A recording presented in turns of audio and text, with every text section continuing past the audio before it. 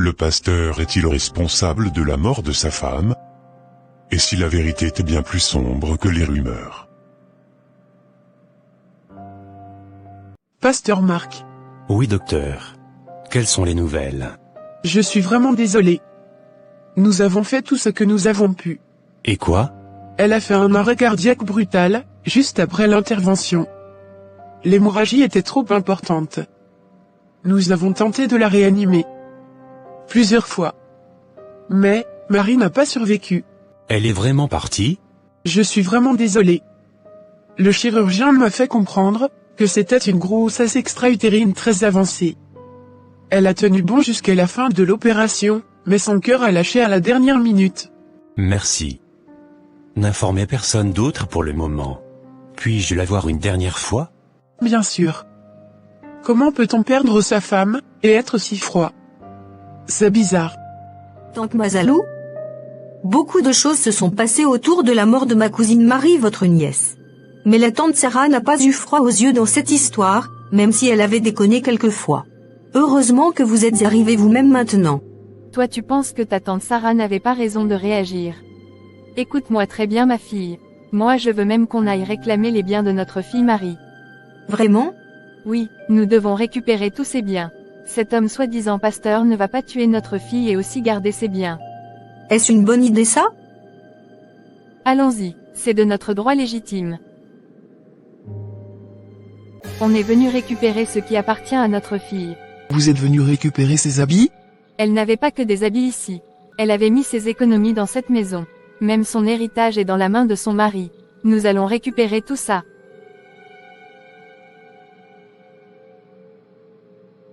Donc c'est pour les biens de ma chère épouse que vous êtes tous là. Allez. Prenez tout ce que vous voulez. Ce ne sont que des choses. Si ça vous aide à mieux dormir, prenez même ce qui ne vous appartient pas. Je n'ai plus rien à protéger. Elle n'est plus là. Et tout cela n'a plus de valeur pour moi. Prenez, et partez. Il nous laisse tout comme ça?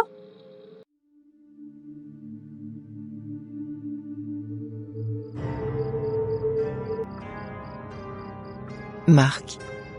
Tu dors encore, pendant que le monde parle? Marie? Est-ce vraiment toi? Tu es en vie. C'était un mensonge? Non. Mais je suis là autrement. Tu es troublé. Mais la paix ne vient pas de l'explication. Elle vient de la vérité. Juste la vérité et rien que la vérité. Je ne comprends rien. Pourquoi toi? Pourquoi tu viens me dire cela? Pourquoi maintenant? Ils pensent que c'est moi le responsable.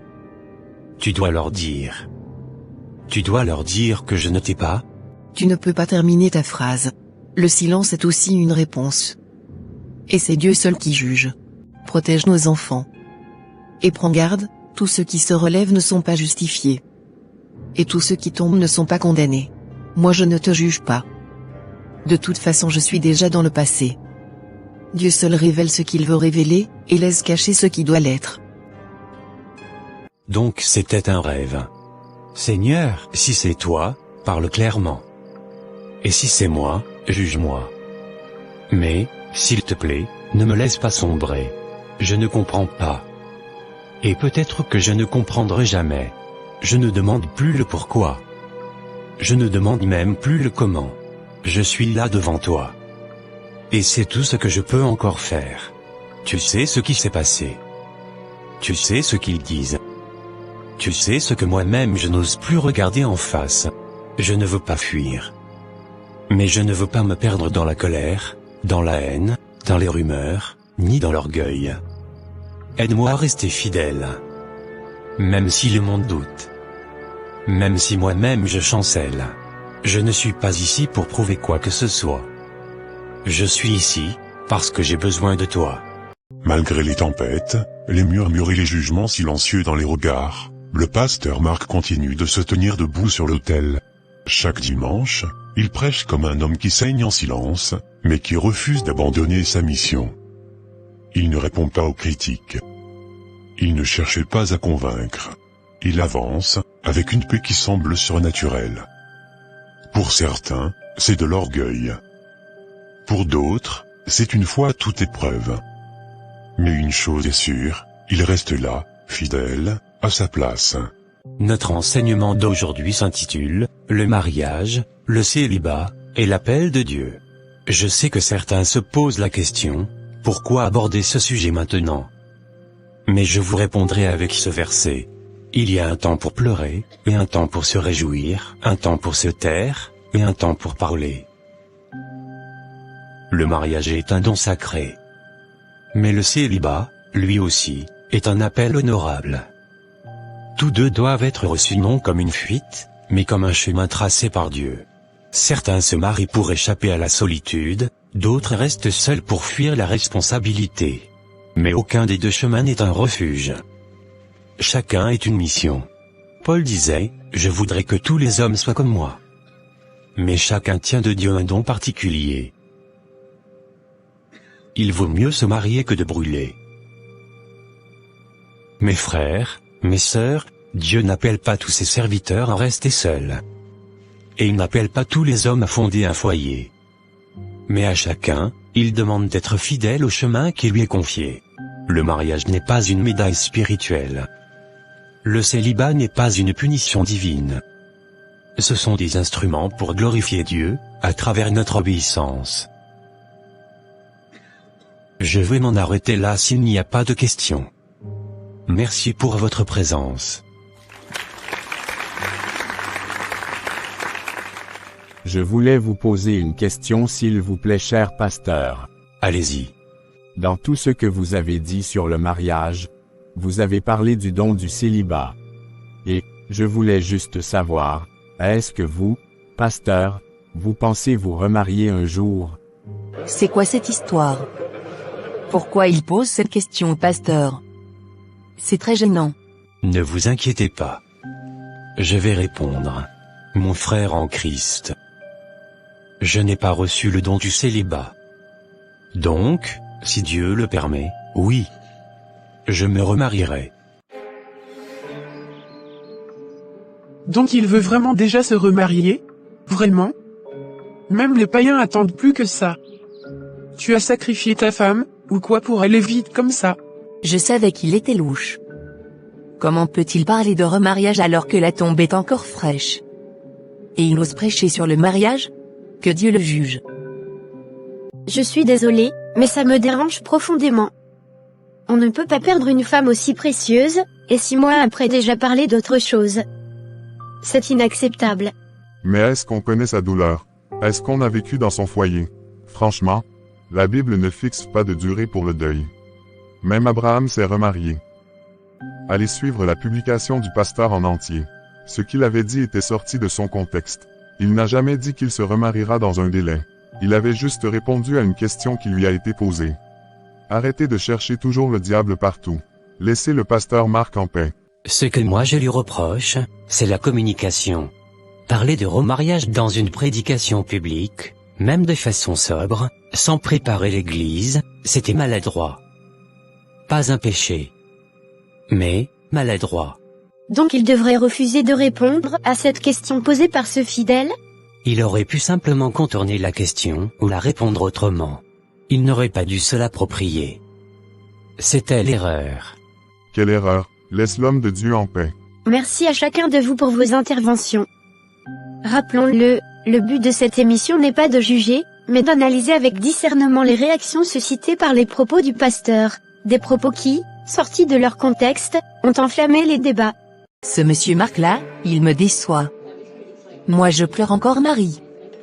Elle était humble, douce. Une vraie femme de Dieu. Je te l'avais dit. Je le dis honnêtement. Cet homme a sacrifié sa femme.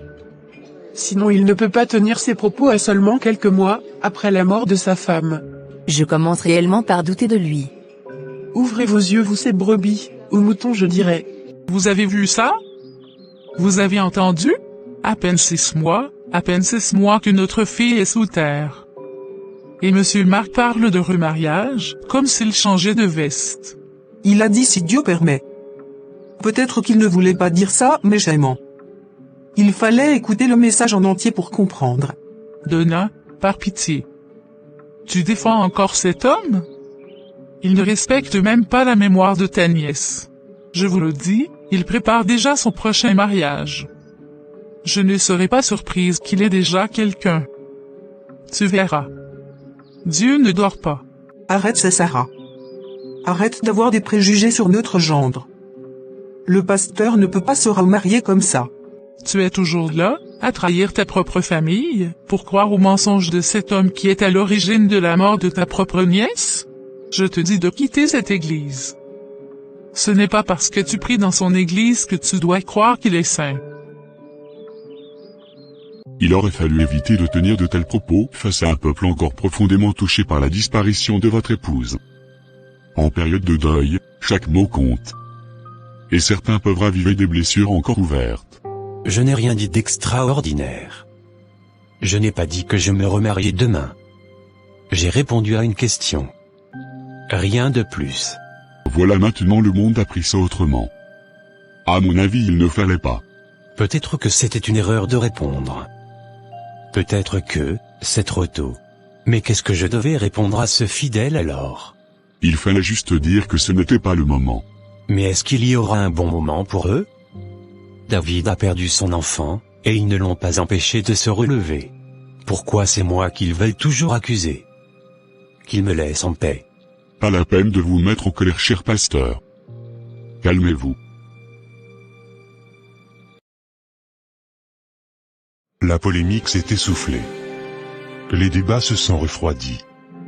D'autres actualités ont pris la place. Le peuple s'est lassé, ou peut-être fatigué de parler pour rien. Le pasteur Marc, lui, a gardé le silence. Aucun communiqué. Aucune justification. Rien. Certains disent qu'il a tourné la page. D'autres pensent qu'il cache quelque chose. Mais la vérité, c'est que, plus personne ne sait vraiment ce qu'il vit. La vie continue. Les cultes reprennent. Mais dans l'ombre, quelque chose se prépare. Donc, vous me dites qu'ils ont osé? Ils ont osé aller réclamer les biens de Marie, sans consulter personne ici. Ils sont allés chez le pasteur Marc comme des conquérants. Et encore, ils ont eu la décence de ne pas tout vider. Mais ils ont exigé vêtements, bijoux, même des documents officiels. Marie est notre sœur. Hervé. C'est à nous de réclamer ses biens si besoin. Comment se fait-il que c'est à eux d'aller réclamer les biens de notre sœur? Ils s'empressent de courir derrière ce qu'elle a laissé? Elle a hérité de quoi d'eux? Qui leur a donné un terrain ou une société? Je me le demande. Maintenant que je suis rentré de la France, nous allons réouvrir ce dossier. Je ne comprends même pas. Qu'est-ce que cette mère lui a apporté? Qu'est-ce que cette fameuse tante Sarah a fait pour elle?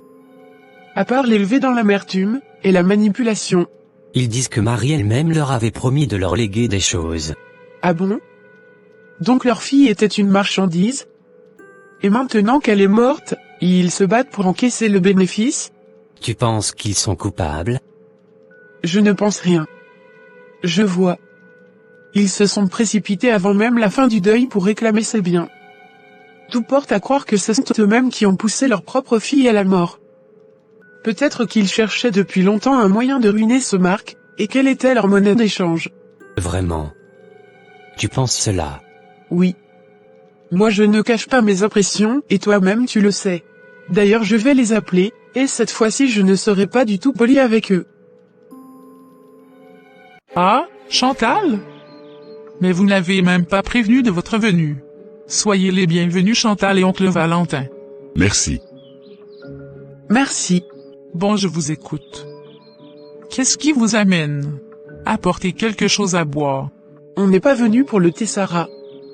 On est venu parler. Et franchement, vous n'êtes pas sérieux. Ah? Qu'est-ce que cette fille raconte? C'est du charabia? Calme-toi, Chantal. Je suis ton oncle, c'est à moi de parler et non à toi. Tu m'entends? Parler. Ce n'est pas un affrontement, mais une clarification. Des choses nous sont revenues, des choses graves. Des choses graves? Est-ce vrai que ta sœur Mazalou est allée réclamer les effets personnels et les biens de Marie, sans jamais consulter la famille paternelle? Mazalou? Quoi? Non. Je n'étais pas au courant. Vous n'êtes pas au courant de quoi? Arrêtez vos mensonges. Tu crois que je ne sais pas que c'est ta propre sœur qui est allée frapper là-bas pour réclamer tout ce que Marie avait? Et tu veux nous faire croire que toi, tu n'étais pas au courant? Mazalou ne m'a rien dit. Et je ne suis pas sa télécommande, Chantal. Je suis sa sœur, pas son cerveau. Je te jure que je ne suis mêlée à rien de tout ça. Tu n'étais pas au courant? Mazalou n'est pas ta sœur? Vous ne parlez plus? Et c'est une coïncidence que ce soit toujours vous, du côté maternel, qui réapparaissiez, quand il y a quelque chose à récupérer. Fais attention à ce que tu dis, Chantal. Marie était ma fille. C'est moi qui l'ai élevée. Pas toi, ni ton oncle ici présent. Sarah, personne ne nie ce que tu as été pour Marie. Mais ce que Chantal veut dire, c'est que la famille paternelle a été écartée de tout. De sa vie, jusqu'à sa mort. Tu sais quoi, Sarah? Plus j'écoute, plus je me dis une chose, vous avez élevé Marie comme une marchandise. Et maintenant qu'elle n'est plus là, vous cherchez à toucher le prix. Tu oses? Tu oses dire ça à moi? Alors quoi? C'est moi qui l'ai tué peut-être? Qui sait? Avec la rage que tu montres contre Marc, certains diront que c'est toi qui veux détourner les soupçons. Vous croyez que c'est facile pour moi? Vous n'étiez pas là. J'ai porté ses larmes, ses souffrances. Et maintenant vous venez m'insulter chez moi? Calmez-vous s'il vous plaît. Sarah, on ne t'insulte pas. Mais il faut que la vérité sorte. Si Mazalou a agi seul, dis-le. Mais si c'était une stratégie de famille, pour humilier le pasteur et prendre possession de ses biens, alors tu dois l'assumer. Je n'ai jamais demandé une robe, ni un bijou. Ce que je veux, moi, c'est la vérité. Et si c'est votre pasteur-là qui cache quelque chose, il finira par tomber. Ou peut-être que c'est vous qui allez tomber. Tu oses dire ça? Tu crois que j'ai sacrifié ma vie pour lui faire du mal? Je t'interdis de salir mon nom. Quel nom? Ton nom s'est sali tout seul, Sarah. Et si tu as quelque chose à cacher, c'est maintenant qu'il faut parler. Parce que le monde vous regarde. Et moi aussi. Je suis le doyen ici. Vous croyez qu'on va ressusciter Marie en s'insultant? Vous croyez qu'on honore son âme en semant la guerre entre ses sangs? Tu as vu les vidéos? On dit que c'est la famille de la femme du pasteur qui est partie réclamer les héritages. Héritage au commerce. Même pas 7 mois, et déjà ils demandent les habits, les bijoux, même les casseroles. Et pourtant, c'étaient eux les plus bruyants. Ils accusaient le pasteur. Ils criaient partout qu'il avait tué leur fille. C'est maintenant qu'on voit clair. Peut-être que c'est eux qui cherchaient juste une occasion pour récolter. Tu sais ce qu'on dit? Souvent, ce ne sont pas les étrangers qui trahissent. C'est la maison. Mazalou, merci d'avoir accepté l'invitation. Beaucoup se demandent, pourquoi avez-vous réclamé les effets personnels de Marie, sitôt après son décès? Parce que c'est la tradition. Chez nous, quand une femme mariée décède, surtout jeune, la famille maternelle doit récupérer ses biens pour les rites de clôture. Ce n'est pas une question d'argent, c'est une obligation ancestrale. Mais pourquoi ne pas avoir attendu ou dialogué avec la famille paternelle? C'est vrai, on aurait dû. Mais on a agi sous la pression de certains anciens. Et je l'avoue, peut-être que la douleur nous a fait mal réagir. Mais ce que les gens ignorent, c'est comment le pasteur nous a remis les affaires. Que voulez-vous dire? Des habits de Marie jetés dans des sacs poubelles, ses bijoux, entassés comme des ordures. Et quand on est arrivé, ses effets étaient déjà dehors, à même le sol. Ce n'était plus une femme. C'était un fardeau dont il voulait se débarrasser depuis. Vraiment? Cette affaire devient plus compliquée de jour en jour. Qu'est-ce qui se passe au juste, mon Dieu? Seigneur, je ne comprends plus rien. Ton serviteur Marc souffre, mais tant de rumeurs, tant de soupçons. Ta fille Marie est partie, et maintenant, les lampes brûlent plus que le deuil lui-même. Père de lumière, toi seul connais les secrets. Si ce serviteur est innocent, défends-le. Mais s'il y a eu erreur, mensonge ou sacrifice, ne laisse pas ton peuple être séduit. Expose les œuvres cachées. Éclaire ce qui est ténébreux. Envoie ta lumière et ta vérité. Qu'elle me guide. Pas pour condamner, mais pour libérer. Marc, je sais que tu as blessé. Et je sais que tu es innocent. Mais la vérité, ce n'est pas ce que tu vis. C'est ce que les gens croient. Alors je dois me justifier? Me soumettre aux rumeurs? Me prostituer devant les calomnies? Non papa. Je ne suis pas ce genre d'homme. Je ne te parle pas de te prostituer. Je te parle de survivre. Regarde autour de toi. Les gens ne cherchent plus la vérité. Ils veulent un coupable. Et pour eux, c'est toi. Tu veux que je paie leur silence? Je veux que tu protèges ton appel. Ta mission. Ton ministère. Si cela passe par leur donner ce qu'ils réclament, alors fais-le. Pas pour eux. Pour toi. Pour l'Église. Pour les enfants. Pour la paix. Mais ce n'est pas juste. Et quand est-ce que la vie t'a promis la justice? Mon fils, donne-leur ce qu'il faut. Fais-le proprement. Ferme cette plaie. Et avance. D'accord. Que la volonté de Dieu soit faite. Merci d'être venu. Je vous ai tous réunis ici, pour honorer la mémoire de Marie, une dernière fois, dans le calme et la dignité. Il était temps. J'ai beaucoup réfléchi. Et j'aimerais terminer ce qu'elle avait commencé de son vivant. Elle voulait construire une maison pour sa tante Sarah. Et je pense aussi à la famille de son père. Je propose donc de faire construire deux maisons.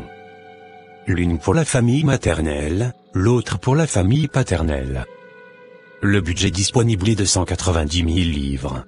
190 000, pour deux familles? C'est ça l'héritage d'une femme qui t'a donné 17 ans de sa vie. Je n'ai jamais réclamé un centime. Je n'ai pas faim. Je ne dors pas sous la pluie. Marie me donnait un peu d'argent, oui. Pour le petit déjeuner, comme elle disait. Si tu veux honorer sa mémoire, Marc, ce n'est pas dans la maçonnerie. C'est dans la vérité. Alors je te donnerai ton petit déjeuner, Sarah. C'est tout ce que tu veux, n'est-ce pas? Moi je pense que vous devez accepter tante Sarah. Vous avez été comme une mère pour Marie. Mais, entre nous, pasteur, cette somme est petite. Nous aussi on a nos raisons. Mais, pour dire vrai, la famille paternelle ne quémande pas. Ce n'est pas l'argent qui nous manque. Ce qu'on respecte, c'est la mémoire. Et là, tout est troublé. Attendez, vous oubliez vite. Il n'y a pas si longtemps, c'est votre oncle Valentin, qui est venu réclamer une parcelle. Pourquoi maintenant vous jouez les dignes? L'héritage, c'était bien sucré quand vous pensiez le croquer seul ou bien? Quoi? Moi? Je ne vous ai jamais réclamé quoi que ce soit. Ne montez pas sur ma tête. Donc ce n'était pas vrai? Vous essayez de nous diviser? De nous faire croire que c'est eux, contre nous. Mais maintenant c'est clair. Vous avez voulu que l'un attaque l'autre pendant que vous riez dans votre coin. Félicitations papa Dieudonné. Vous êtes plus stratégique que biblique. Et dire que tout ça, c'est sur le corps de ma sœur. Ce n'est pas pour Marie que vous faites tout ça.